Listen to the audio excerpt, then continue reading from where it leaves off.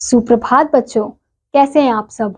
उम्मीद करती हूँ आप सब अच्छे होंगे। तो बच्चों, आज की कक्षा में हम पढ़ेंगे अध्याय नंबर 10, जिसका शीर्षक है उपसर्ग और प्रत्यय। तो सबसे पहले हम पढ़ेंगे उपसर्ग के बारे में। तो हम यहाँ देख सकते हैं, हमें एक चित्र दिया गया है, उसमें हम देख सकते हैं एक डायग्राम के थ्रू हमें समझाया जा रहा है कि एक शब्द है कार।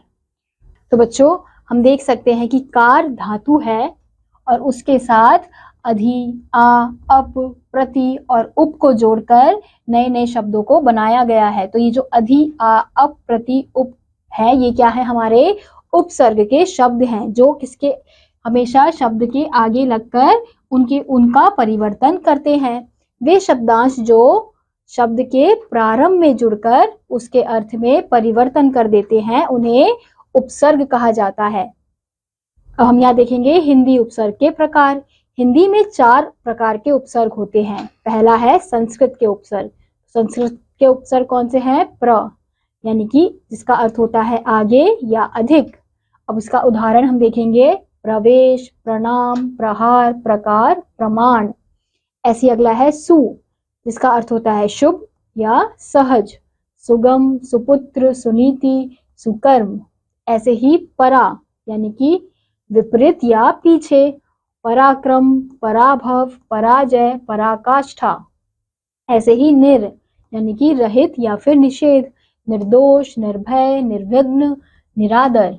ऐसे अगला है दुर, बुरा, कठिन, दुर्बल, दुर्गुण, दुर्गम, दुरुपयोग। तो बच्चों, यहाँ पे आपको संस्कृत उपसर्ग के उदाहरण दिए गए हैं। ऐसे ही अब अगला है हिंदी के उपसर्ग। हिंदी का उपसर्ग है कु, जिसका अर्थ होता है बुरा। उदाहरण, कुरूप, कुपुत्र, कुसंग, कुचल, कुचल। औ, जिसका अर्थ होता है रहित या हीनता, औघड़, औतार, औगुण। ऐसे ही चौ, जिसका अर्थ होता है चार, चौराहा, चौमासा, चौपाला, चौपाई। ऐसी अगला है दु, जिसका अर्थ होता है हीन या बुरा या फिर दो, दुबला, दुगना, दुमुहा, दुधारी। ऐसे ही अब आगे है आगत, यानी कि उर्दू अर्थात अरबी फारसी के उपसर्ग।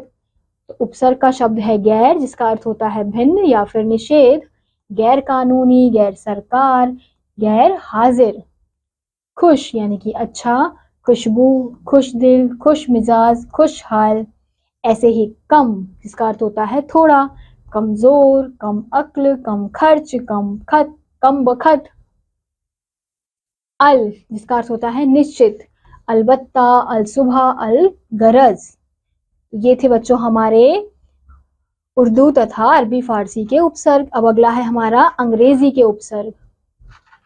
असिस्टेंट, जिसका अर्थ होता है सहायक, असिस्टेंट टीचर, असिस्टेंट मैनेजर। ऐसे ही हाफ, यानी कि आधा, half shirt, half pant, half ticket. Chief, जिसका अर्थ होता है प्रमुख, चीफ मिनिस्टर, चीफ जस्टिस। ऐसे ही अब अगला है हमारा प्रत्यय। हम यहाँ देख सकते हैं सब्जी वाला, हमें एक शब्द दिया गया है, सब्जी जमा वाला, चित्रकार, चित्र जमा कार। तो उपयुक्त शब्दों का निर्माण शब्दों के पीछे वाला तथा कार जोड़ने से हुआ है। इन शब्दांशों को जोड़ने से शब्द का मूल अर्थ परिवर्तित हो गया। ऐसे शब्दांशों को प्रत्यय कहा जाता है, यानी कि जो प्रत्यय शब्द है वो कहाँ लगते हैं? शब्दों के पीछे लगते हैं, अंत में लगते हैं। जो शब्दांश शब्दों के अंत में जुड़कर उनके अर्थ में परिवर्तन ला देते हैं, उन्हें प्रत्यय कहा जाता है। हम यहाँ देखेंगे प्रत्यय के प्रकार। प्रत्यय 2 प्रकार के होते हैं। पहला है कृत प्रत्यय, जो शब्दांश क्रिया के मूल रूप अर्थात धातु के साथ जुड़ने पर नए शब्दों का निर्माण करते हैं, उन्हें कृत प्रत्यय कहा जाता है। जैसे प्रत्यय है व्यय, शब्द है कर्तव्य, श्रव्य और भव्य। उक, भावुक, भिक्षुक। आ, पूजा, सेवा, इच्छा। अन्य, गमनीय, गोपनीय, पठनीय। वाई, सुनवाई, कार्रवाई, कटवाई। कर, पढ़कर, सुनकर, लिखकर। आवट, गिरावट, लिखावट, सजावट।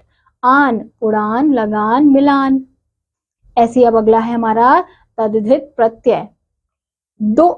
जो प्रत्यय संज्ञा, सर्वनाम तथा विशेषण के साथ मिलकर नए शब्द बनाते हैं उन्हें तद्धित प्रत्यय कहा जाता है। जैसे शब्द है आलू, प्रत्यय है आलू, दयालु, कृपालु, श्रद्धालु। तम अधिकतम, सरलतम, उच्चतम। नी हथनी, रोशनी, चोरनी, मोरनी। वाला दूध वाला, सब्जी वाला। ऊ मोटू, पतलू, छोटू। इत चिंतित, शापित, हर्षित। इमा ललिमा, लालिमा, कालिमा, नीलिमा। अब अगला है हमारा आगत प्रत्यय। प्रत्यय है नाक, खतरनाक, शर्मनाक, खौफनाक। गार मददगार, गुनाहगार, यादगार। मंद अक्लमंद, दौलतमंद और सेहतमंद। पोष नकापोश, मेजपोश और तख्तपोश। अब हम यहाँ देखेंगे उपसर्ग तथा प्रत्यय का एक साथ प्रयोग। तो अ उपसर्ग हो गया, शब्द हो गया लोक। तो इक क्या हो गया, इक जमाता इकता यानी कि अलौकिकता। निर्दया और प्रत्यय है ई, निर्दयी। ऐसे ही अन उदारता, अनुदारता। बेचैनी, बेचैनी। बदनामी, बदनामी। अविश्वसनीय, अनिच्छाइक, अनैच्छिक। अप्रत्याशित, अप्रत्याशित। अभिमानी, अभिमानी। उपकार उपकारक। हम यहाँ देखेंगे दो प्रत्ययों का एक साथ प्रयोग। मूल शब्द है मानव और प्रत्यय है इय जमा ता, तो मानव मानवीयता। ऐसे ही ईमान दार जमा ई, ईमानदारी। धर्म इक जमा ता, धार्मिकता। राष्ट्र इय जमा ता, राष्ट्रीयता। तो बच्चों इसी के साथ आज का ये अध्याय यहीं समाप्त होता है। उम्मीद करती हूँ आपको ये अध्याय समझ आया होगा। मैं आपसे मिलूंगी अगली कक्षा में, तब तक के लिए नमस्कार।